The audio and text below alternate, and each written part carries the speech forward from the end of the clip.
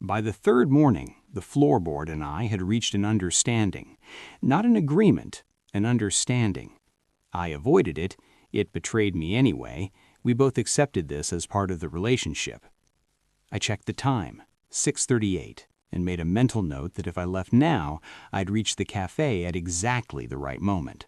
Not early enough to look intentional, not late enough to miss anything.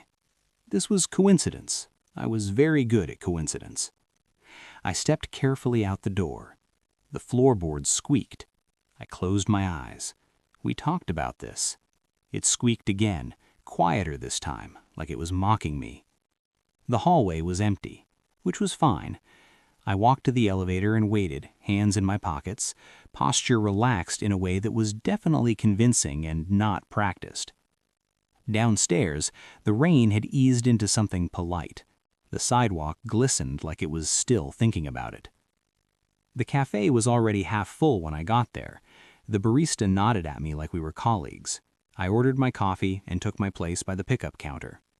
I told myself I wasn't looking for her. I was just aware.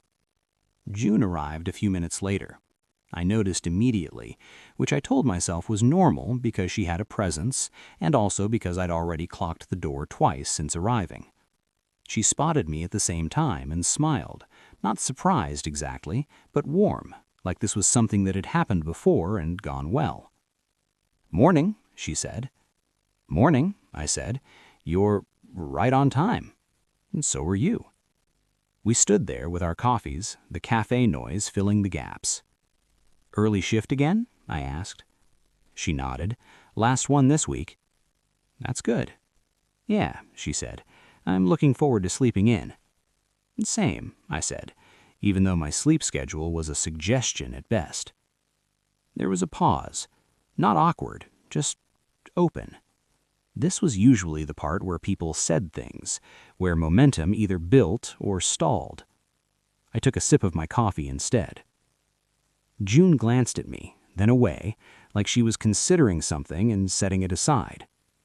"I should get going," she said. "Oh, right. Work." "Work," she agreed. We walked out together again, fell into step without comment. At the corner, she slowed. "Well," she said, "I'll see you around." "Yeah, around." She turned and walked toward the bookstore, umbrella tucked neatly under her arm. I stood there for a second longer than necessary, then headed in the opposite direction. On the bus, I replayed the moment with the same restrained curiosity I applied to most things that could have emotional consequences. She hadn't lingered. She hadn't suggested anything.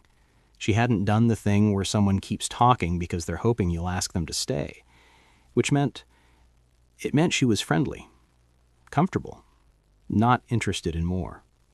That was the cleanest interpretation, the least presumptive, the one that required the fewest emotional risks.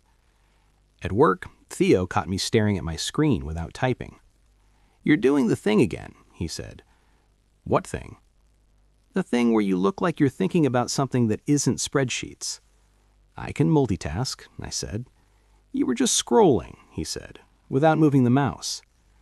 I sighed. "Fine. New neighbor." Theo grinned. "Still?" "Still nothing," I said. "We get coffee at the same time, that's it." "And?" "And she's nice," I said.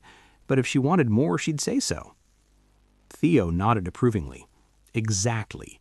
People make things clear." "Right. So you're not—" "No," I said. "I'm not." He clapped my shoulder once, satisfied. "Healthy."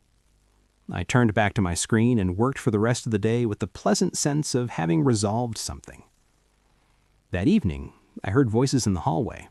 June's, laughing softly. Another woman's, warmer, louder. I paused inside my apartment, keys still in hand. The floorboards squeaked.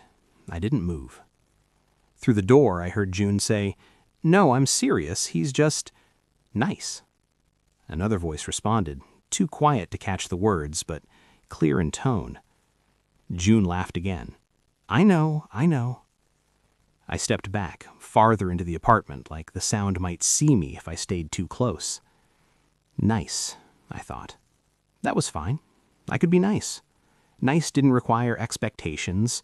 Nice didn't require follow-up conversations or reinterpretation. Nice meant I'd read the situation correctly. Later, brushing my teeth, I caught my reflection looking strangely thoughtful. Don't, I told myself. The floorboards squeaked from the other room, like it disagreed. I ignored it. Some things were obvious, and this was nothing.